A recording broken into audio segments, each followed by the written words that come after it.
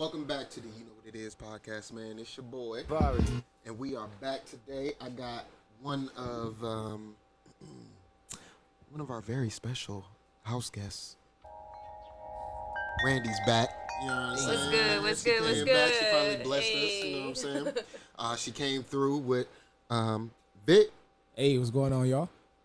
Go ahead and introduce yourself, man. Get your ats and all that shit in there. You know what I'm saying? What's going on, world? It's your boy, VicSmith. I'm VicSmith Music everywhere. That's VicSmithMusic.com, Twitter, Instagram, Facebook, whatever it may be. I'm a music artist from Michigan, but based out of Las Vegas. So, mad love. Bet it up. Bet it up. Thank you for joining us, man. Thank you for having me. Thanks for having us. I've heard a lot about you. You know, I've seen a lot of things, and you know, it's been. I think it's been just. It was time for you to come through. I agree. Randy had told me a lot. Jerry had told me a lot.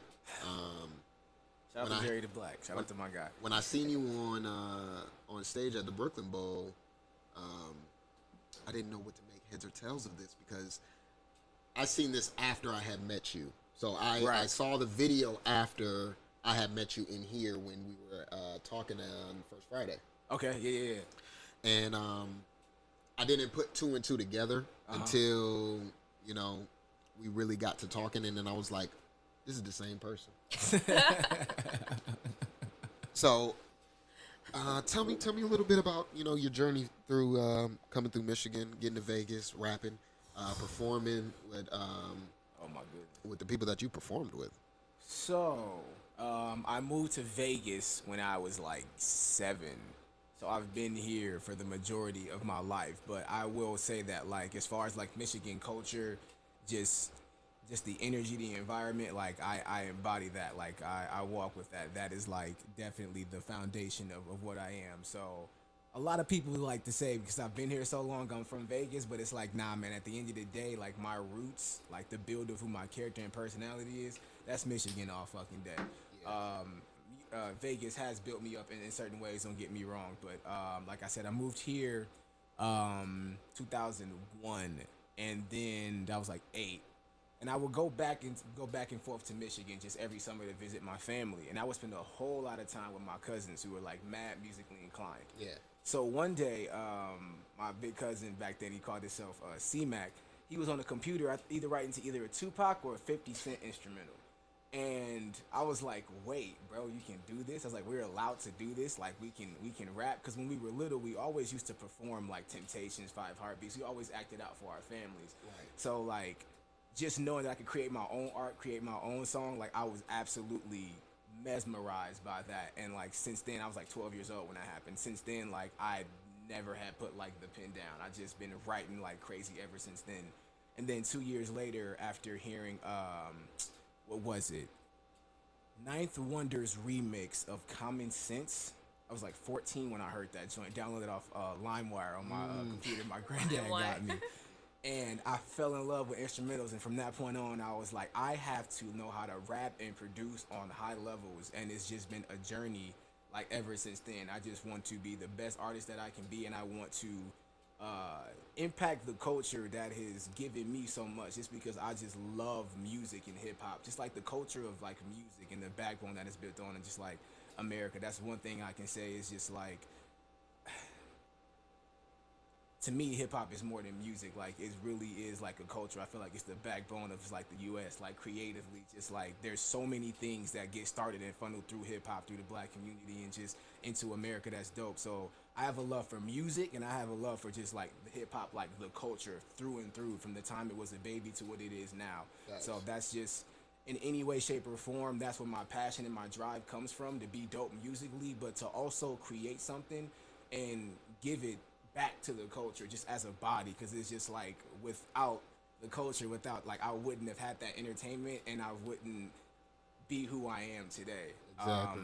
So as far as meeting my team, I would say it's funny, my guy Noise. So the name of the label is Full Circle Core Music Group. It's me, Miles Lowe, Noise, Miles Martin, same person, and then Diz. We actually, me and Noise met in high school, Shadow Ridge. We didn't really link up. We just heard about each other a lot in high school, and he actually won most musically inclined.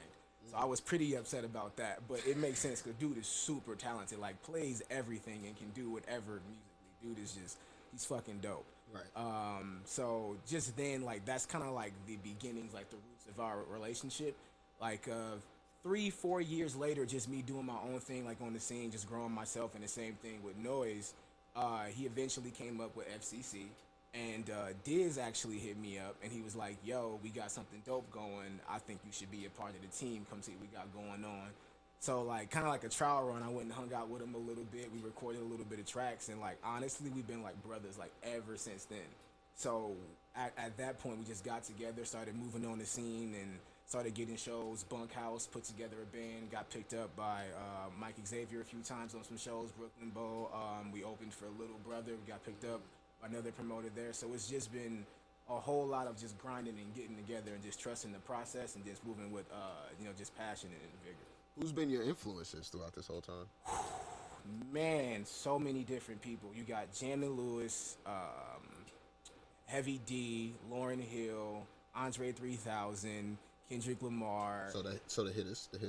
Like it's Marvin Gaye, Smokey Robinson, the Funk Brothers, like any. These are people that you actively study. Yeah, like actively study, like especially like the Funk Brothers, man, because like in Motown they produced a whole lot of those records. So just like the drums and the groove and like the rhythm that you hearing is just like a lot of that comes from them. And again, I'm from Michigan. So it's just like that shit's in my soul. So that's what I rock with. That's what I move with. That's still in my music to this day. Because you saying all of this, you're not even. So you produce as well. Yes, that's what you said. That's what I'm trying to allude to. So you produce as well. Yeah. You don't just rap. You know, you make your own music. Yes. From head to toe. Yes. You know what I mean? So it's like there's not a lot of creators out there that do that. They either do one or the other. You know what I mean? They can either create a beat, but they can't rap over that bitch, or they can rap their ass off, but they cannot make a beat worth a damn. Oh yeah. You know what I mean? Right. But that's crazy to find somebody that has an equal balance of both and is able to do that. So, how is Vegas been receiving you? Honestly, since I've turned like 21, since I've hit the scene, it's been nothing but love. Like, I haven't received like any hate or like any of them situations where I felt like I didn't get put on the way I was supposed to, or this, that, and the third. I don't know. It's just for me, even much like the artist, it's been like nothing but love, and I've been grinding consistently, and I feel like fairly I've been getting to like the bigger venues, and just by connecting myself to people and just getting out there and just being a dope person with a dope character. That's just really what it is. So, I mean, it's unfortunate for some people because I know they experienced that, but my experience hasn't been that. Like I received, for the most part, like a lot of love, and it's just. That's why I give nothing but love back to the city, because it's like I can't hit on Vegas like at all. I feel that. It's tough to make it in this motherfucker. Bro, do not get me wrong. Trust and believe. But I received a lot of love. Listen, man, it's Vegas. Vegas is crazy because they want big names already. They don't want to develop anything. They don't want nobody that's up and coming. They just really want you hot. It's like being an LA Laker almost, like the Lakers. You know what I'm saying? Let's go ahead and so it's like. I like to see development. I like to see where artists come and go. So what's coming up next? Because I actually missed the Brooklyn Bowl thing. I was really supposed to be there. I was, but work be fucking me. So hey man, it won't be the last. We actually had a show that was going on August 14th, but that has been postponed. Excuse me. We're still just working on a few details, and so as far as what comes next.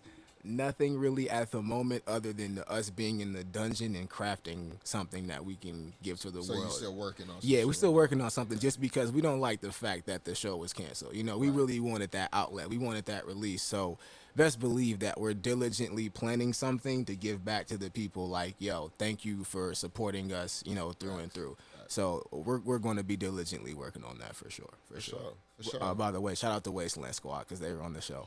And Native Leaves in Santa Marie. Shouts out to them.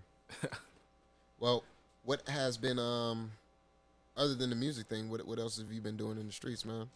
What have you been tapping into? What's got your interest? What's got your eye out here? I have been jumping heavy into actually engineering, and then low key like kind of jumping in like clothing design a little bit. Yeah, I'm working on something like. I feel like every artist wants a brand. Yeah, no, we do. It's quite. It's like it shouldn't even be a secret. Like we do. Especially like after seeing something like Ye and like Jay-Z and B. Like you can't not strive for it after seeing that. Like it's possible for us now. So it's like you just gotta work for it. So I'm just again in the dungeon working on a few things. Like I low key like to be cryptic, but like I want it to be dope when I release it. So I don't want to say too much, but I am working on a lot of dope projects that when they are released, people are gonna be like, I understand why you made us wait so long. Bad. So Bad. Well, look, I'm gonna be waiting. I hope y'all are waiting. I understand this was like a very short segment, but at the same time, these are what we're gonna start be doing. I don't know what we're gonna call them yet, but we'll be chatting with artists, and we'll be getting a little, behind the scenes, and then these artists will be coming back to get full episodes, to dive deeper into who they are and what they're all about. You know what I'm saying? But for today, we're gonna let VicSmith go. I want to thank you for coming. thank you for having me. Of course, man. And you can come back anytime. Like, Most you know what I'm saying? Like tomorrow. Bro, we're gonna be here tomorrow, so we can do another one of these if you would like. It's no problem with me. But yeah. So this was a little trial run. So we hope you guys like this one, and stay tuned for some more. And we'll be back. You know what it is. Yeah.